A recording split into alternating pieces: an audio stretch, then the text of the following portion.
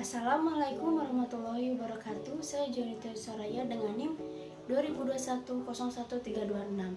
Saya dari kelas Prodi Administrasi Bisnis 2. Di sini saya akan menjawab pertanyaan-pertanyaan ujian tengah semester dari matkul Introduction to Business dengan dosen yang diampu oleh Pak Cahyadi sekaligus dengan asisten dosennya itu Pak Afrizal.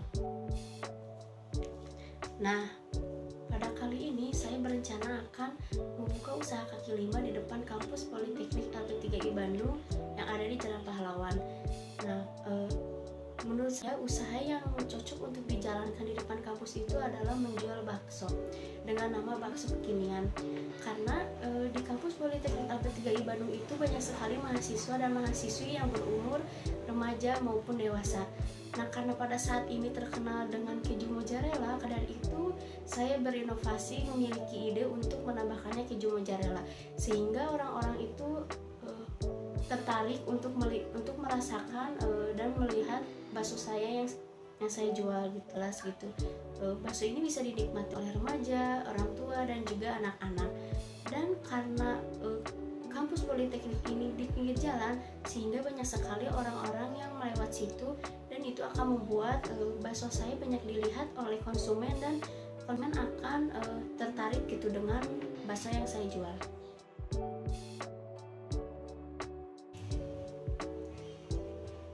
Nah, berjualan bakso di depan kampus Politeknik LP3I Bandung ini adalah peluang yang sangat besar untuk bisa mendapatkan keuntungan.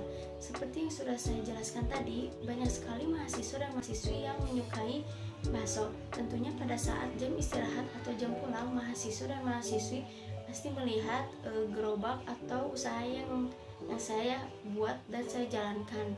Nah, maka dari itu kemungkinan bisa jadi mahasiswa dan mahasiswi itu akan membeli bakso saya dan mencoba bakso saya. Tentunya dalam menjalankan usaha bakso ini pasti membutuhkan modal, sama seperti halnya dengan membuka usaha-usaha yang lainnya. Tetapi dengan menjual bakso ini tidak membutuhkan banyak sekali modal atau hanya membutuhkan modal sedikit. Dengan begitu saya lebih menyukai atau lebih cocok untuk menjual bakso ini. Meskipun bakso ini dijual dengan harga relatif murah, tetapi keuntungan menjual bakso ini mendapatkan keuntungan yang sangat besar. Karena depan kampus Politeknik LP3I Bandung ini tidak ada yang berjualan bakso selain saya, maka dari itu saya mendapatkan banyak sekali peluang untuk mendapatkan keuntungan yang lebih besar gitu. Jadi saya tidak memiliki kompetitor atau pesaing yang lainnya. Adapun juga dana estimasi yang dibutuhkan untuk membuka usaha kaki lima ini. Di sini saya sudah mencantumkan rincian-rincian biaya yang dibutuhkan. Yang pertama ada modal awal seperti yang terlihat di layar. Saya sudah memasukkan biaya-biaya mana yang termasuk ke dalam modal awal. Nah, untuk modal awal sendiri itu membutuhkan 5.400.000. Nah, untuk modal awal ini saya mengasumsikan untuk masa pemakaian gerobak dan alat masak itu selama 5 tahun. Untuk kursi itu masa pemakaiannya selama 3 tahun dan untuk peralatan makan itu selama 1 tahun. Nah, selain modal awal, ada pun juga biaya operasional. Saya juga sudah mencantumkan biaya-biaya yang termasuk ke dalam biaya operasional. Seperti yang terlihat di atas, biaya operasional itu membutuhkan 560.000. Jika ditambahkan biaya operasional dan modal awal itu sebesar 5.965.000. Sebuah bisnis atau usaha itu ada yang namanya pemangku kepentingan. Sama seperti halnya usaha kaki lima saya, ada beberapa pemangku kepentingan yang harus diperhatikan. Yang pertama adalah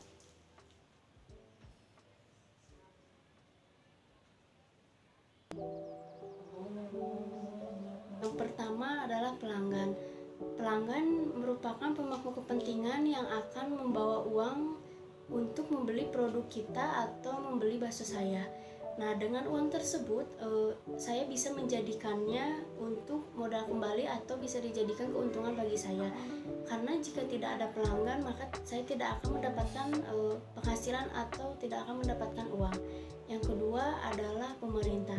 Karena dalam membuka usaha kaki lima ini saya akan membuat surat izin kepada pemerintah, sehingga pemerintah itu mempengaruhi pada usaha yang saya akan jalankan. Nah, dengan surat izin ini saya diakui sebagai pedagang kaki lima yang legal, bukan yang ilegal. Karena dengan ilegal itu akan dibubarkan secara paksa. Dengan surat izin ini juga saya akan diakui dan dilindungi oleh hukum. Yang ketiga adalah pihak manajemen kampus Politeknik LP3I. Kampus ini merupakan pemangku kepentingan bagi usaha saya karena kampus ini sudah memberikan izin kepada saya untuk bisa berjualan di depan kampusnya. Dengan begitu saya berjualan usaha bakso ini dengan memiliki izin, bukan yang semena-mena atau seenaknya. Dan yang terakhir adalah kompetitor. Kompetitor ini ingin sekali melihat usaha kita itu gagal, karena jika usaha kita gagal, maka kompetitor akan memiliki keuntungan yang lebih banyak dibandingkan kita. Maka dari itu saya akan membuat strategi atau inovasi baru terhadap bakso saya yang saya jual, sehingga saya bisa mendapatkan keuntungan yang lebih banyak. Nah, selanjutnya di sini saya akan menjelaskan mengenai laju pertumbuhan ekonomi, inflasi, dan suku bunga. Yang pertama adalah laju pertumbuhan ekonomi.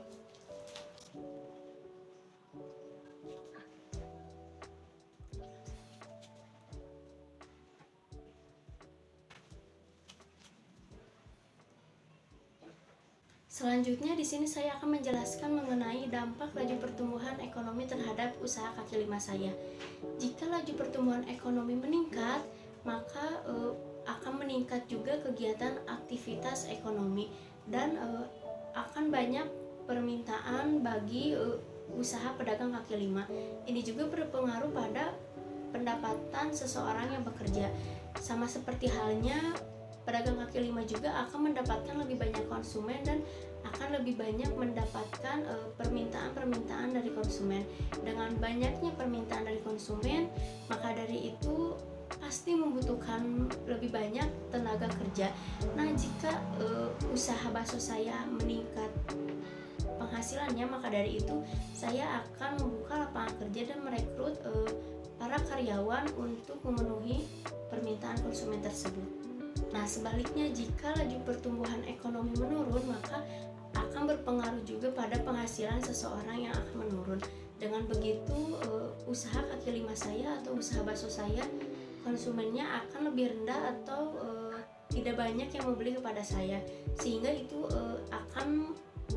saya akan mendapatkan keuntungan yang lebih sedikit. Selanjutnya di sini saya akan menjelaskan mengenai suku bunga. Suku bunga itu berhubungan dengan inflasi. Jika inflasi itu turun, maka suku bunga pun akan turun. Dan sebaliknya, jika inflasi itu naik, maka suku bunga pun akan naik.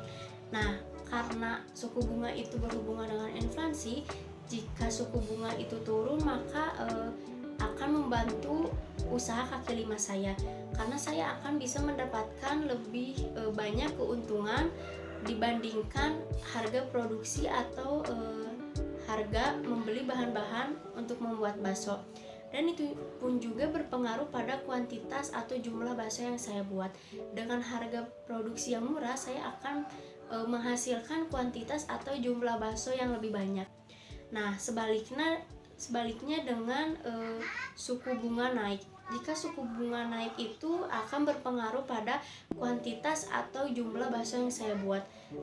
Dengan harga naiknya tersebut, maka saya hanya bisa membuat kuantitas atau jumlah bakso itu sedikit. Nah, itu juga berpengaruh pada penghasilan saya. Penghasilan saya akan menjadi lebih sedikit. Yang terakhir di sini saya akan menjelaskan mengenai dampak inflasi terhadap usaha kaki lima saya. Jika inflasi itu turun, maka saya akan lebih banyak mendapat keuntungan. Karena dengan inflasi turun itu akan berpengaruh juga pada pendapatan seseorang yang akan lebih meningkat dibandingkan naiknya harga biaya produksi. Maka dari itu saya bisa membeli bahan baku untuk membuat bakso atau membeli kebutuhan yang lainnya itu dengan harga yang lebih murah. Dan meskipun saya menjual bakso itu dengan harga yang relatif murah, saya akan mendapatkan keuntungan yang lebih banyak.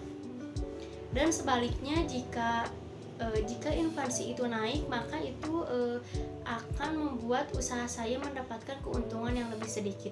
Karena dengan harga biaya produksi itu yang melambung naik, itu akan membuat saya merasa sulit bagi pedagang kaki lima ini. Dengan begitu, saya akan mendapatkan kerugian. Jika harga biaya produksi itu melambung naik, dan jika saya memberikan harga menjual bakso itu dengan harga yang sama, saya akan mendapatkan kerugian. Dan jika saya menjual bakso itu dengan harga yang sedikit mahal, itu akan menyulitkan bagi pelanggan. Terakhir di sini saya akan menjelaskan mengenai cara-cara atau langkah-langkah untuk memulai usaha bakso ini. Yang pertama adalah tentunya saya akan membuat surat izin pedagang kaki lima. Dengan adanya surat izin ini, saya akan diakui dan dilindungi oleh hukum. Dengan membuat surat izin ini juga saya tidak akan dibubarkan atau diberhentikan secara paksa. Nah, selain itu, surat izin ini juga jika saya membutuhkan dana atau modal tambahan bagi usaha bakso saya bisa mengajukannya di bank atau di koperasi. Nah, setelah membuat surat izin, yang kedua saya akan meminta izin kepada pihak kampus Politeknik LP3I. Bagaimana prosedurnya jika saya berjualan di depan kampus tersebut, dan jika sudah setuju, saya akan menyiapkan segalanya seperti gerobak, alat-alat, dan saya juga akan membuat spanduk yang seunik mungkin yang akan membuat para konsumen itu tertarik terhadap bakso saya. Dan setelah membuat itu semua, selanjutnya saya akan mempromosikan usaha yang baru saya jalankan.